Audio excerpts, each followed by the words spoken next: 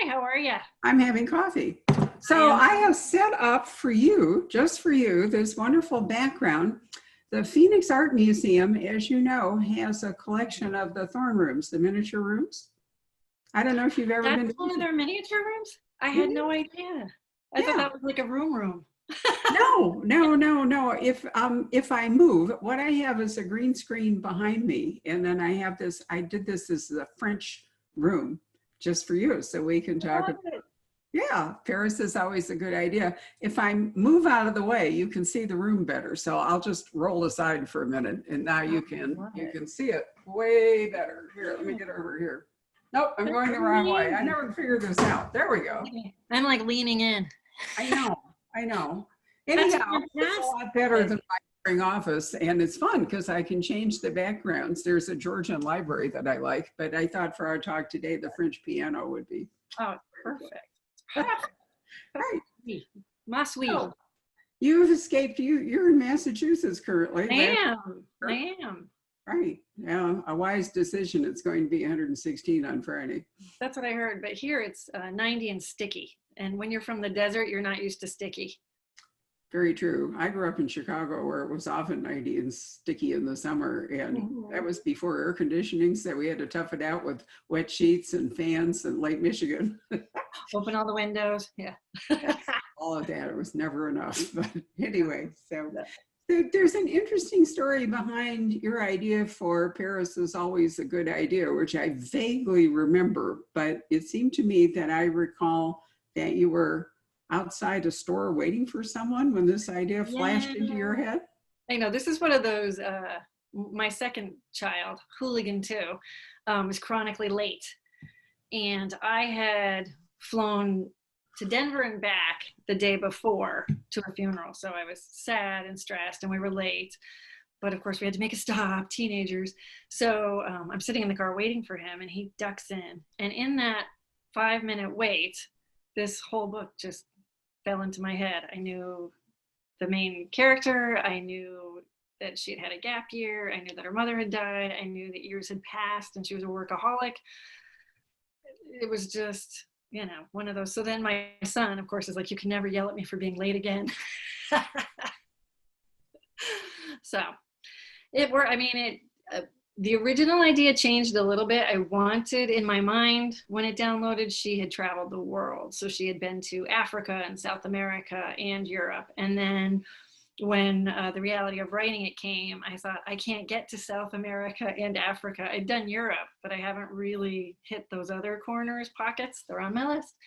So I thought you better stick to what you know. So I went to the three countries that I love all of Europe, but those were the three that hit me as I had special memories, family there, stuff like that. So it became Ireland and Paris, France, and then Tuscany. So So real hardship. why did you, yes, of course, I know, really, I've been places and enjoyed touring them with you again, but I have to ask why did you pick Paris? Because in reality, her happiest experience in this whole book was in Ireland. Yeah, she kind of was happiest in Ireland. I don't know. I think Paris because, well, all right, total down and dirty honesty. I wanted to go to Paris. And I thought, well, it's the only one I hadn't been to before I wrote the book. So I wrote the rough draft and then I crammed in a quick trip to Paris with both of my sons. And I remember telling you, I'm taking the boys. And you said straight up, what are you thinking? And then when I came back, I'm like, you're right. They just want to sleep all day. I had to be like this, get up, get up, get up, get up. So it was, not quite the romantic, beautiful Parisian trip. It was more like stress and move it, move it, move it. The Louvre is huge. Let's go. So yeah, you were right. Just so you know, in case your children never tell you that enough, you were right. But we did have an amazing trip. And so mostly I picked Paris because I wanted to go.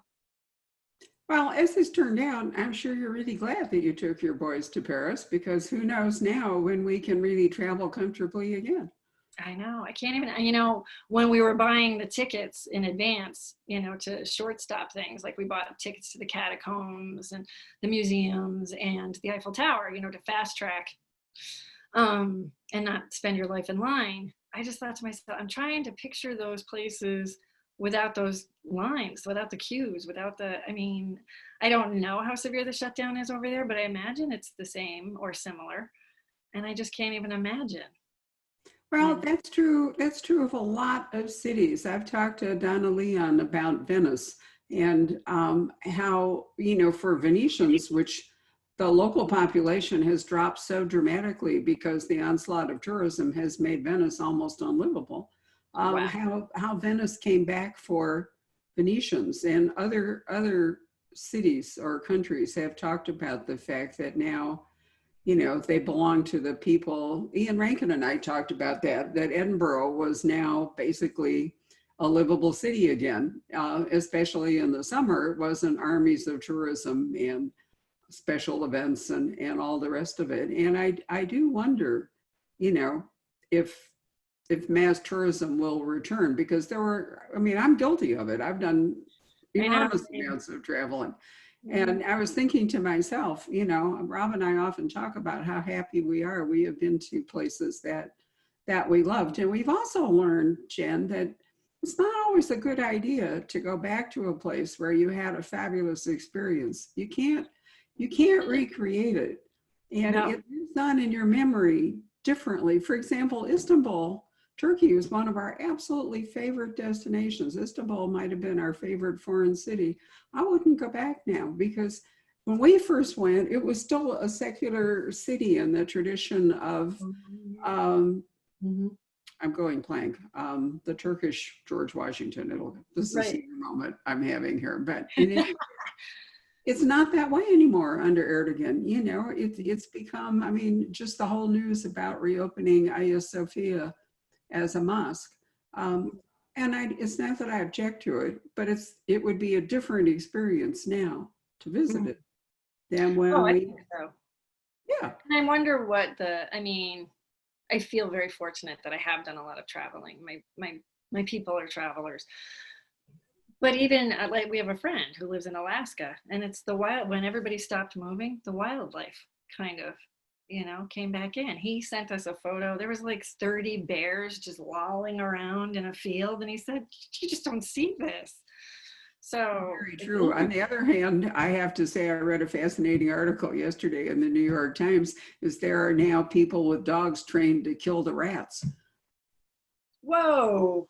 Rats have made a real recovery in New York. So there's wildlife and there's wildlife, depending. Yeah. Well, and you have to wonder with New York, with the restaurants shutting down. I mean, the rats must have gotten, I would imagine, all the things that they were used to getting into weren't there.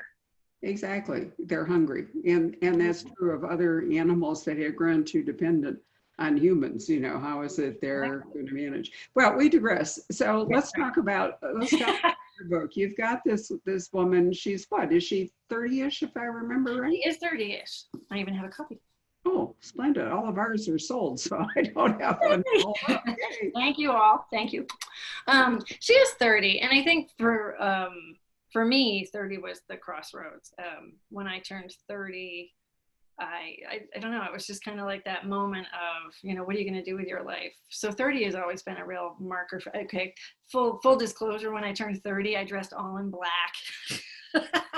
I was working as a librarian, and all my coworkers were just like, "It's just 30, relax."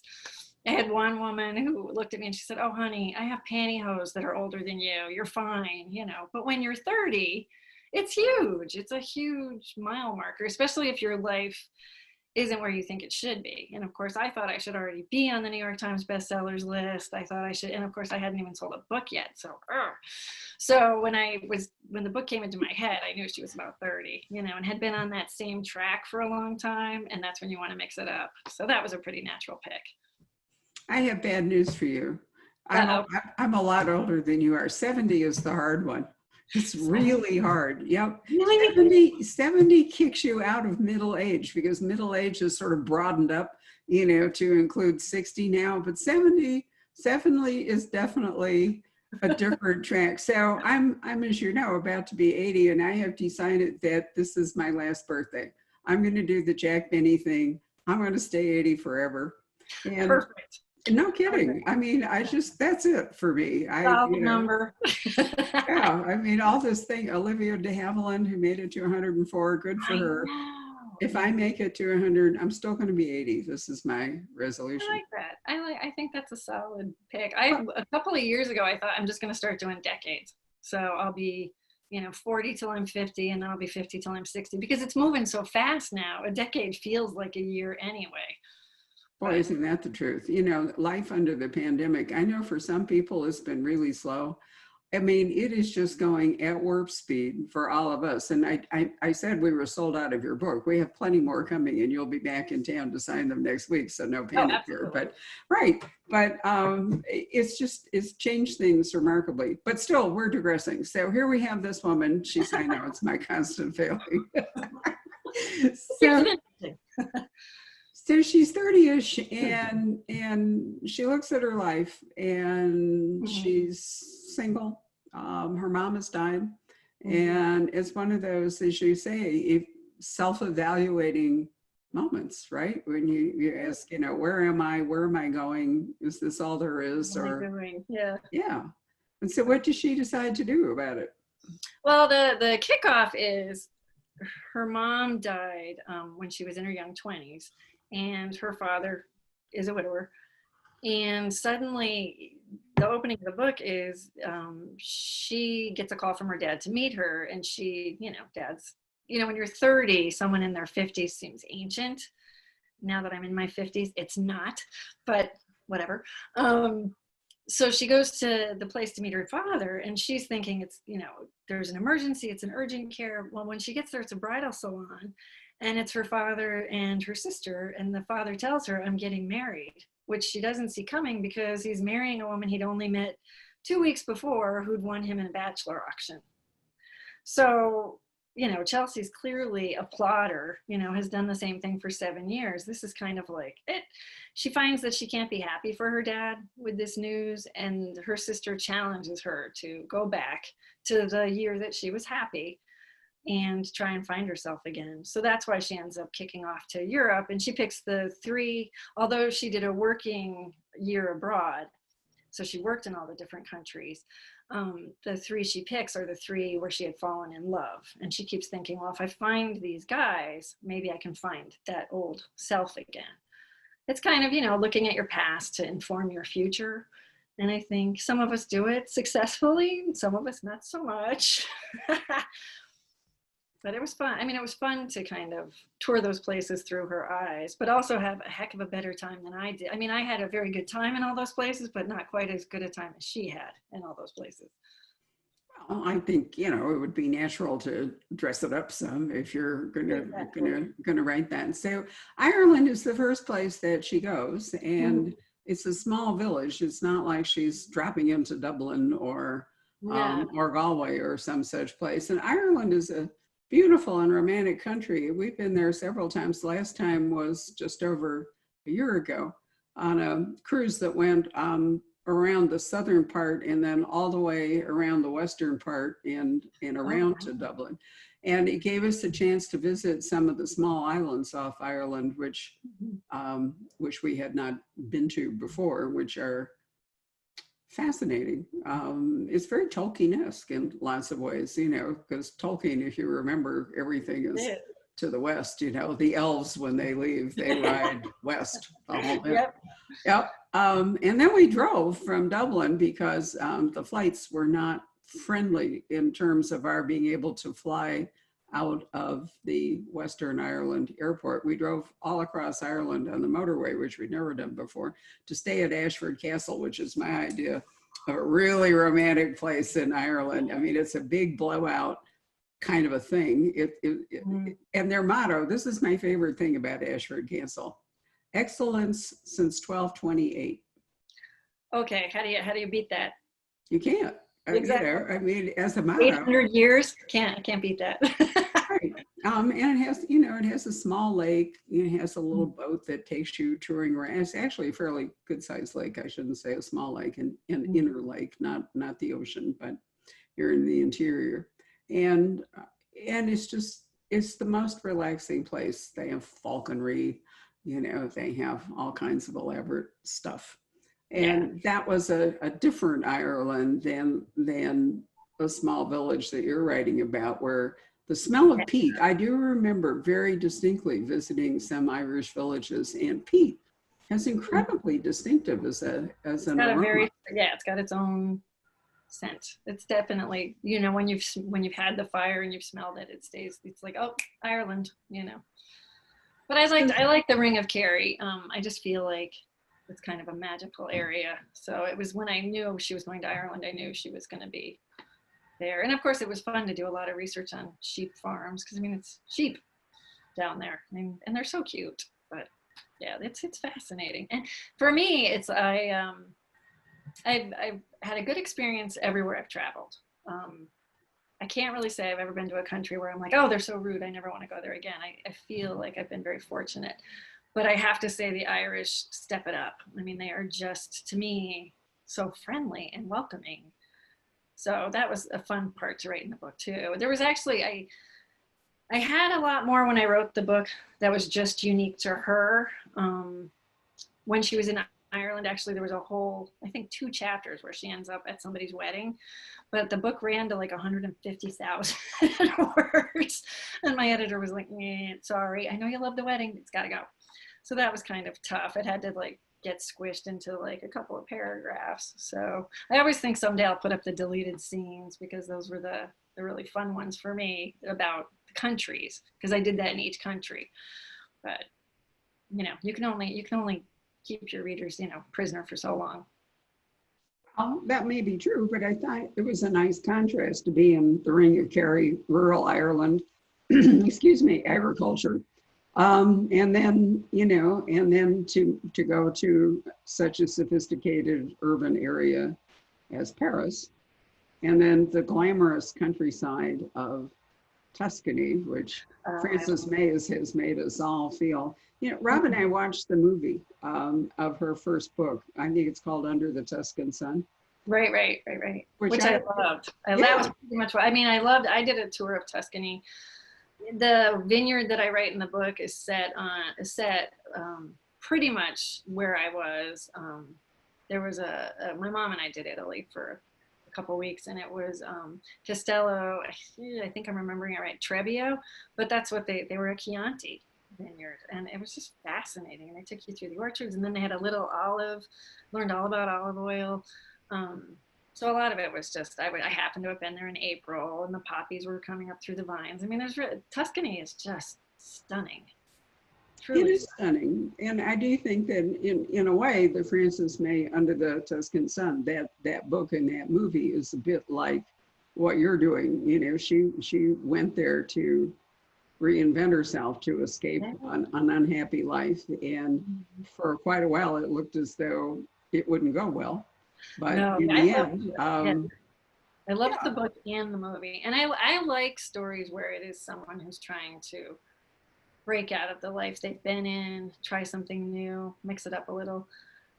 I feel like it appeals to me because it's so easy to start living it's probably why you travel a lot. It's very easy when you have a business, deadlines, what have you, to live the same life every single day. And the pandemic has made it I really feel like it's Groundhog Day. With you're fortunate that you have different authors popping in, much like when you were open. But for a writer, it's like, oh, I'm doing the same thing, but I can't go to the gym. It's just kind of like, So it's true. It is a different experience. We're actually busier. I think we're seeing 50 some authors this month, and I've lost count of August. And we're connecting with authors all over the world. When I leave you, I'm going down to talk to Alice Feeney from the UK. And then right after that, I'm talking to a trio, one from New Orleans, one from suburban Chicago, now living in England, and one living in the north of England. And, some of the events that we have lined up, Lee Child is going to be hosting Mark Billingham on August 9th. I've got John Connolly booked for October, Ian Rankin. John and Ian we would see on a regular basis, but Mark Billingham not so often. And he's a kick. He's wickedly funny. Yes, I did a panel with him at ALA, and I did not know that he was also a comedian, and I had to go after him And it was just like, really, really?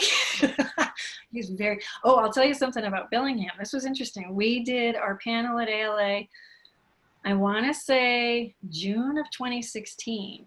So I looked at him and I said, and this is where, you know, it'll bite you. I said, and not to get political, whatever anybody believes, but I just said to him, oh, thanks for Brexit. You're making us look really good. And he looked at me and he said, your coming election is your Brexit. And I thought, and then dang, if he didn't nail it, I was like, whoa. So. He is a very funny guy. I often think of him as the Harlan Coben of the UK author set. Yes, that's a perfect. Yeah, very much so. So it will be interesting to talk to him. And now that Lee is retired, so to speak, he's doing a number of events where he was less willing to do them, I think, when he was on the track of writing his novels under deadline. Yeah, deadline. Yeah, a week ago, I started at noon in Sweden with Camilla Lackberg. At 4 o'clock, I was in Australia with Anna Dance, for whom it was the next morning, actually. And at 6 o'clock, I was in Nashville with Brad Thor, all in one day. That's crazy. Are you finding it, for the foreign ones, what is it like the time, figuring out the time change? Is that probably the biggest challenge, like what time it is for you and when they're going to come on, and then getting everybody awake? Yeah. You're a very wise woman, because you're absolutely right. And not just for foreign, but even within the US, the very hardest part is to get all the times right. And much of publishing, is centered in New York. So they're used to thinking in terms of Eastern time. And because we're not on daylight time, I finally had to convince Patrick to list all of our events in specific time, because technically we're still on mountain time. Yeah, well, even I'm in Massachusetts and I live in Arizona, so I know how this works. But even when you and I were setting this up, I'm like, okay, and you just said it's this time, your time. And I'm like, oh, thank you. Yes. Because it's hard. What we've learned from this is that everybody can pivot around New York City time. That makes sense. It used to be Greenwich Mean Time for the world, but today it's New York time. So we work everything out. I have memorized the time zones as they march across the world by now. So I know that Sweden is 9 hours away, and Iceland is 7, and the UK is 8, and Australia is the next morning. And, you kind of get used to it. It's particularly difficult when you're mixing up, as I am today at noon, when you're mixing up authors in 3 different locations and managing the time zones. And the people who are most confused about it are not the authors, but the publicists. Oh, yeah, I can imagine, because they're trying to keep track of all their authors. Yes. So that amount of time, I can't even begin to tell you how much time you invest in actually keeping the publicist on track. The author is relatively easy. But once again, we're digressing. So we went to Ireland, and that was a lovely romantic experience she had with him. And then it turns out that his life moved on, unsurprisingly. Yeah, as they in a nice way. And so then she moves on to Paris and makes yet another discovery about that man. And then finally in Italy, she makes a third. But all this time, she's staying tethered to her work. Because as you know, when you're a professional woman, you're never really not working. She tries to take a sabbatical, but the research that I did on this, I have the girl who was my flower girl when I got married this is what she does for the American Heart Association in Manhattan. So I went and I interviewed her to find out, how does this corporate giving thing work? Like, this is a job. This is amazing to me. And she gave me all the ins and outs and the lingo, and that, you go for an ask, and, the more money it is, the more invested you are. So of course, when Chelsea, the main character, wants to go find herself because the clock is ticking because dad's getting married. So she's got to do this quick so she can stand up and be happy for him, she hopes. She's in the middle of a huge ask, I think $10 million from a robotics company. The fun part of that was creating a millionaire or a billionaire or whatever these guys are who had all the eccentricities of all the ones you read. You know, you hear the stories about the golden toilet on top of an island and his own submarine. And it was so fun to write a character who was this like eccentric billionaire that they have to schmooze because they need this money for, you know, I think I call it the American Cancer Coalition in the book. So that was fun. So she is tethered, and because she's out of the country, her rival at work is kind of the one who takes over the ask. So she has to work with her most, you know, disliked coworker, which kind of keeps one foot in the business world, one foot trying to figure out her own personal life. And of course, he becomes, you know, pivotal. We'll just say that. Yes. No, we don't want to issue any spoilers, but I do think that the way you structured the book does prove that there is no downtime really ever anymore at work, Nope. or even from connecting with friends and family. Everyone now expects that you carry a phone and that you are always available. So travel is no longer the isolating experience that it used to be. And in fact, she was far more removed from her life in her gap year, even though it wasn't that long ago. It was a lot different. I can remember Rob had a hip replacement in 2010, and I couldn't persuade him not to do it while one of the children and grandchildren were traveling around Norway. And I could not reach him or the hospital. He had given me the wrong number or something. And so there he was. And when I got home, he was furious that I had not called to check in on him. And I was furious that I had been unable to do so because the technology 10 years ago was so different. It's and true. Yeah. It's true. And I mean, in the book, it became a challenge because we are so connected. So there is one of the things that kicks it off is she loses her phone.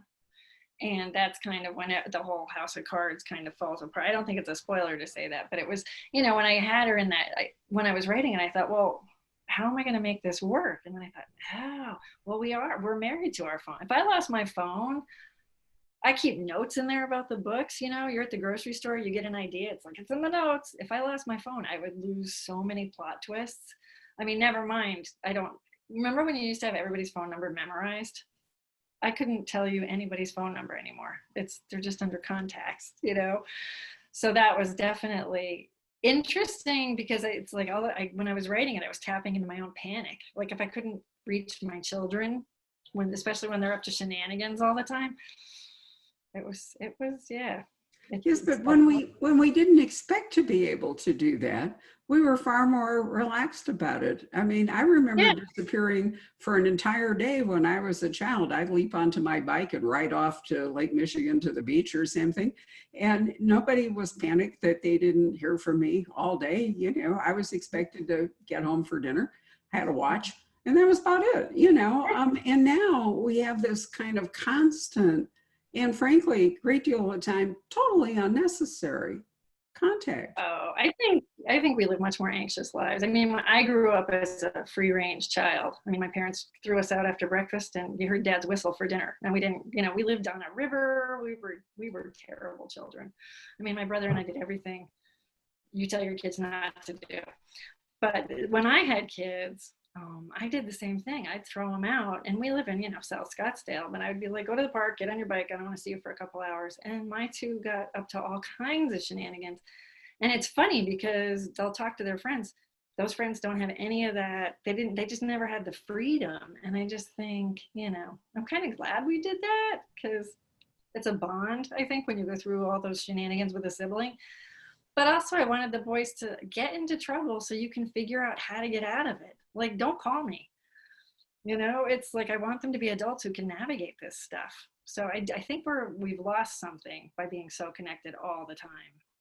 Oh, I definitely think so. The whole helicopter parenting thing it brings up kids who are bad at making decisions, who are not self-reliant, who expect to be taken care of. And, you know, privacy in the sense that we had it.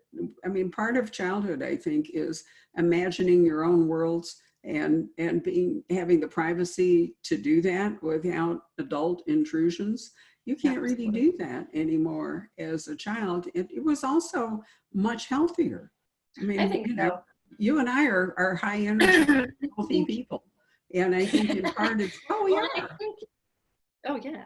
And I think when I look at childhoods now, they're curated. It's a curated childhood. It's Johnny's birthday isn't about Johnny and what Johnny wants. It's, well, what's it going to look like for mom on Instagram? And with my kids, I hated throwing birthday parties. I mean, I hated it. Goodie bags, oh, shoot me. So I used to say, would you like a birthday party or an outing? And the outing would be like horseback riding in the desert or a train ride. I mean, it was a good outing because I didn't want to deal with 10. Most of the time I don't like my kids, so I certainly don't want 8 other kids running around my house. I mean, kids are loud and messy and rude. So I think, I don't know. It's like, you would think with the pandemic, maybe we'd all step down the social media. I don't know which way it's going, but I know I'm getting fatigued. I think it varies for different people. I very much believe in detaching. We still get 3 morning newspapers and I read them in the morning and then I'm done. I honestly don't care. It comes to an end around 4 o'clock because I have other stuff to do. You surprised me with the news about the bridge in Tempe because I've totally missed that and I won't know about it till tomorrow because I'm making a real point. I have so much else to do. If I stayed on the news, if I stayed on all of this, I would be depressed, exhausted, but totally unproductive. And I have way too many people depending on me to be productive, Yeah, I to do indulge think in that. it definitely cuts into productivity. And I've talked to a lot of writers where, the words get hard. Maybe it's not flowing. It's just so easy to open up Twitter or Instagram or Facebook. And you think, oh, I'm just going to go in just to water cooler. It's my water cooler. And then 2 hours go by, and you're looking at, how to talk to a llama. And it's like, what happened? And you've lost all this writing time. So I've started putting things, and I think it was C.S. Harris, Candy Harris, who taught me about this one. It's called the Freedom app or something, but it times you. Like, you're not allowed to be in for more than a half an hour. It's a savior because otherwise you will lose your life, I think. Yes, you do. Much of my life demands that I read books. And so I leave my office where we are currently speaking, even though it appears that I'm in a friend's house. I leave my office and I go somewhere else into my library or something, and I leave my phone behind. And I do check it maybe every hour just because there are a lot of problem solving things that I have to do. But I try not to. But my most productive time is weekends and after New York closes. So like after 2 o'clock in the afternoon, I have a lot less to deal with in terms of connections than I do in the morning. So I kind of devote my morning to the work of running the poison pen. And then I try to do the writing and the other stuff later in the day. So, we all have to be selfish with our time. Also, with Rob home all the time, we've learned we never retired together, but now here we are. Yeah, that's my house is 2 students and they're all online, and the husband, librarian husband, also online. So we're fortunate that we house sit for friends. So if I am on deadline and it's not going well, I will pack up all my stuff and go watch their house for them. Because I need quiet. I mean, when you're used to being alone for 8 hours a day and suddenly you're never alone, it's a bit of a shock. On the upside, I have to say this, your husband and my husband need to get together because my husband I haven't cooked a meal in 110 days. He got so bored with the pandemic, he took over the cooking and I said, okay. And I think you're in the same, aren't you? He does all the cooking or mostly? Actually, Rob sold me on getting married 30 and a half years ago on the day when he said to me, not only did he do all the cooking, but he also insisted on doing all the grocery. And it wasn't the cooking that was so wonderful. It was the thought that I would never again have to go to Safeway or whatever, and cooking is his passion. The difficulty is because he's bored, he's taken up baking in a serious way and other things. And so my constant struggle is not to eat it all. And you know, I've managed to hold my own, but every day it's like a minefield. You know, if I leave my office and go out into the kitchen, he's like, it's chocolate chip cookies, or it's, you know, blueberry crumble, or it's banana bread. He has the best banana bread ever. Or he's making limoncello, or he's, you know, just doing stuff. And it's a It's a mix. hardship. It's a hardship. Yeah. Well, it doesn't sound like one, but in point of fact, it's as though you were living in the middle of a Godiva store, you know, and you were a chocolate addict. It's really hard. Yeah, the husband is not a bake. I still do the baking, but yeah, I'll have to give him the word. Well, Rob, you know. Well, he actually likes giving it away. I've encouraged him. He takes batches of things to the, you know, to doggy daycare. He takes stuff down to the bookstore for the staff. I'm encouraging him at all times, you know, go ahead and do it, and then just like give it away, Rob, because there are only two of us. We can't eat it all. Well, anyway, we can't say a lot more without spoiling the story. So basically, we have her. She goes off to recreate her gap year. Paris is always a good idea. Great title. She goes to Ireland. She goes to Paris. She goes to Tuscany, and eventually, the day of reckoning arrives, which is true with almost all travel. One day, you have to face going home. You do, and she does, and Dad's marriage, and you know, I don't want to say whether it actually happens or not, because you know, read the book. But yeah, it is the day of reckoning, which was a lot of fun to write too. You know, that kind of accepting where you are in your life and who you are, and being okay with it. Well, I'm always in awe of your fertility. I think you have an amazing imagination. You write mysteries, you write romance. You know, we've had dogs, we've had cupcakes, we've had travel, hat shops in England. This again is something a little bit different. So as we end this, what is the next published book that we're looking forward to from you? I'm really excited. The next published book comes out in September, so we didn't really space this out for me to catch any breath, but that's fine. Better to be busy than not. But One for the Books, which I believe is the 11th in the Library Lovers mystery series, comes out September 1st.